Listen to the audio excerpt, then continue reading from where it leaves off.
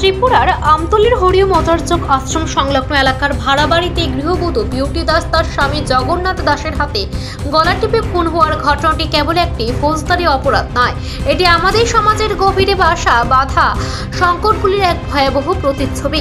এই হত্যাকাণ্ড আবারও প্রমাণ করল যে দাম্পত্য কলহ যখন চরম আকার ধারণ করে তখন তা কিভাবে একটি জীবন কেড়ে নিতে পারে।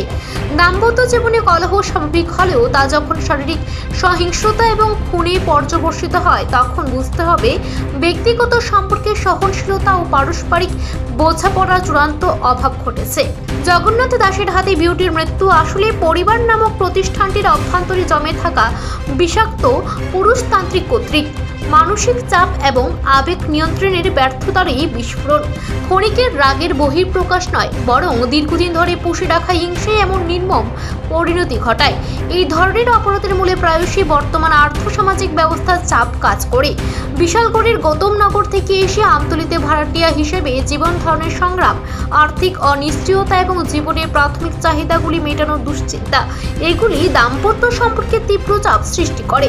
দরিদ্র ও মধ্যবিত্ত পরিবারগুলিতে এই চাপ অসহনীয় হয়ে ওঠে, যা সামান্য বিবাদকেও চরম হিংসাত্মক পরিস্থিতিতে ঠেলে দেয়। একটি দুর্বল অর্থনৈতিক পরিকাঠামো কিভাবে সুস্থ পারিবারিক সম্পর্ককে গ্রাস করে, এই ঘটনা তারই জ্বলন্ত উদাহরণ। সবচেয়ে মর্মান্তিক দিকটি হলো অভিযুক্তের আচরণ। স্ত্রীকে গলা টিপে হত্যা করে দীর্ঘ সময় ধরে মৃতদেহের পাশে বসে থাকা, সকালে হাসপাতালে নিয়ে যাওয়ার ভান করা এবং ধরা পড়ার ভয়ে হাসপাতাল থেকে পালালো। এই সমস্ত কার্যকলাপ সমাজের গভীর নৈতিক অবক্ষয়ের ইঙ্গিত দেয়। যেখানে মানব জীবন এবং মানবিকতার প্রতি ন্যূনতম মূল্যবোধ নেই, সেখানে আইনের ভয় কাজ করে না। অভিযুক্তের আত্মসমর্পণ প্রমাণ করে যে বিবেক তাকে ধ্বংস করেছে, কিন্তু ততক্ষণে অনেক দেরি হয়ে গেছে। এসডিপিও পারবিতা পাণ্ডের নেতৃত্বে পুলিশি তদন্ত চললেও এই ঘটনা সমাজকে বাধ্য করছে আত্মবিশ্লেষণ করতে। কোথায় আমাদের সামাজিক বন্ধন আলগা হচ্ছে।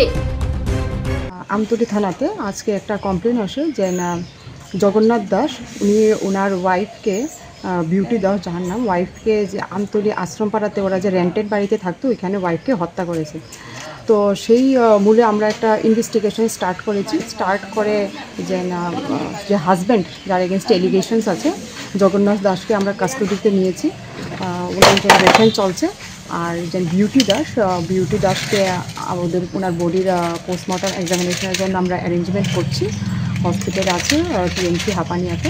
আর বাকি এখানে যে রেন্টেড হাউস যেখানে পাড়ায় সেখানে আমরা ফরেন্সিক টিম এসছে, ডগ স্কোয়াড এসছে, সে পিও এরিয়াটা ভালোভাবে তার আমরা সার্চ করে দেখছি, যাতে কোনো ফার্দার এভিডেন্স থাকে সেগুলি আমরা কালেকশন করছি।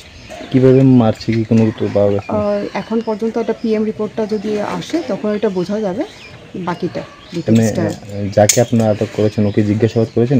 ওনার জিজ্ঞাসাবাদ অলরেডি চলছে, তো উনি বাকিটা আমরা পুরো জিজ্ঞাসাবাদ শেষ করে বলবো।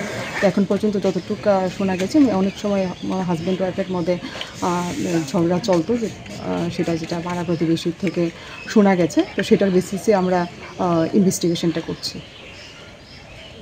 সমাজবিদদের মতে পারিবারিক কাউন্সেলিং ও মানসিক স্বাস্থ্যের দিকে অবিলম্বে নজর দেওয়া প্রয়োজন, না হলে এই ধরনের ট্র্যাজেডি পুনরাবৃত্তি হতে থাকবে। Bureau report, Asian Times.